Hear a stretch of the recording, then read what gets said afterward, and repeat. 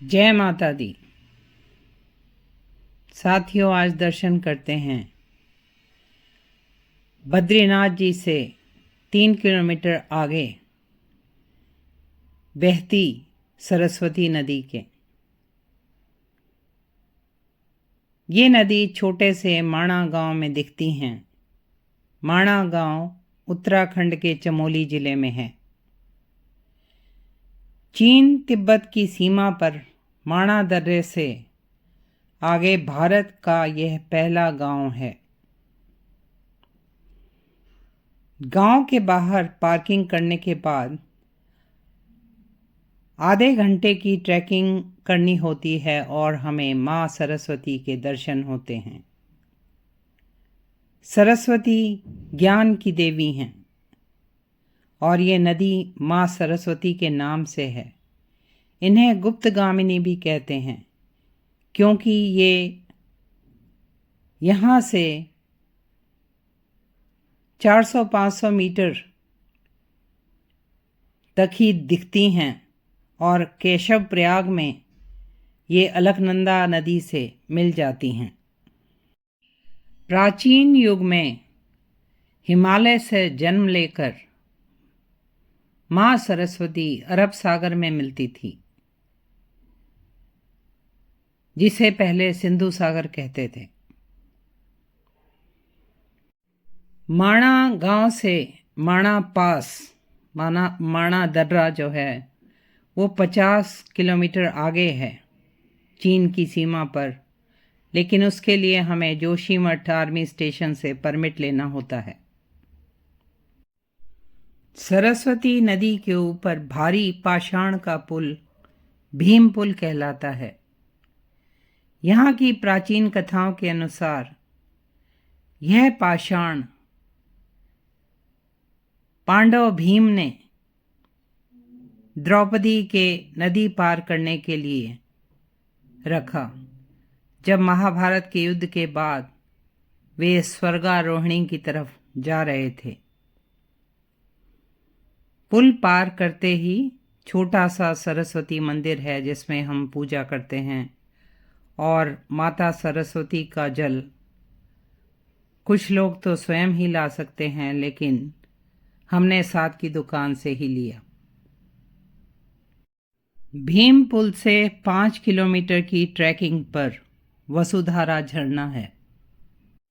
भीम पुल पर बैठकर यहाँ नदी की ध्वनि, उसका वेग और उसकी शक्ति पता चलती है। ठंडी हवा प्रकृति की सजीव निकटता का आभास कराती है और एक दिव्य अनुभूति होती है। पहाड़ में छोटी छोटी गुफाओं में साधु बैठे होते हैं।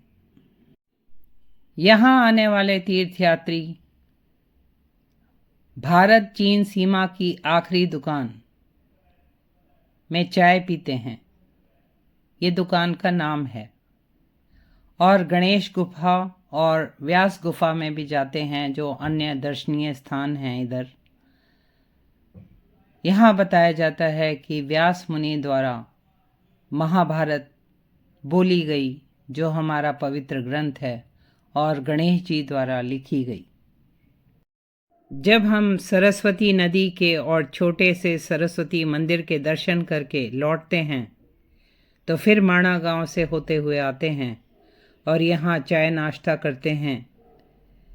स्थानीय लोग भेड़ की ऊन की काफ़ी गर्म स्वेटरें, दस्ताने, मोजे, पंखी एक हल्के कंबल को कहते हैं जो ऑफ वाइट होता है, शॉल खरीदते हैं। टोपी, स्कार्फ ये घरों में ही बेचते हैं जो हम खरीद सकते हैं।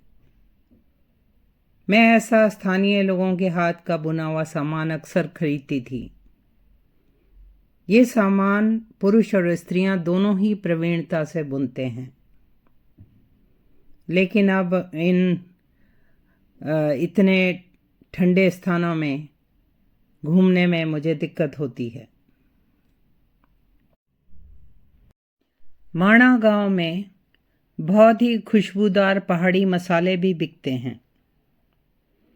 यहाँ 1000 के आसपास निवासी रहते हैं जो स्थानीय लोग हैं, और ये मंदिर खुलने के साथ ही, बद्रीनाथ जी मंदिर खुलने के साथ ही अपने पशुओं के साथ यहाँ आ जाते हैं और सर्दियों में पहाड़ों में फिर नीचे चले जाते हैं, क्योंकि उस समय ये पूरा इलाका बर्फ से ढका रहता है।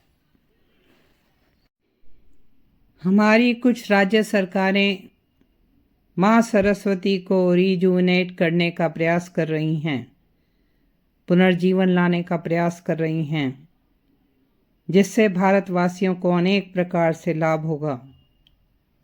भगवान ऐसे सुमन औरतों को पूरा करें और माँ सरस्वती सबको सद्बुद्धि दें। साथियों, ऐसे दिव्य स्थानों की दिव्य जानकारी के लिए please like, share and subscribe this channel. ये ऐसे स्थान हैं जहाँ हम केवल सत्य, शिव और सुंदर ही सोच सकते हैं। जय माता दी।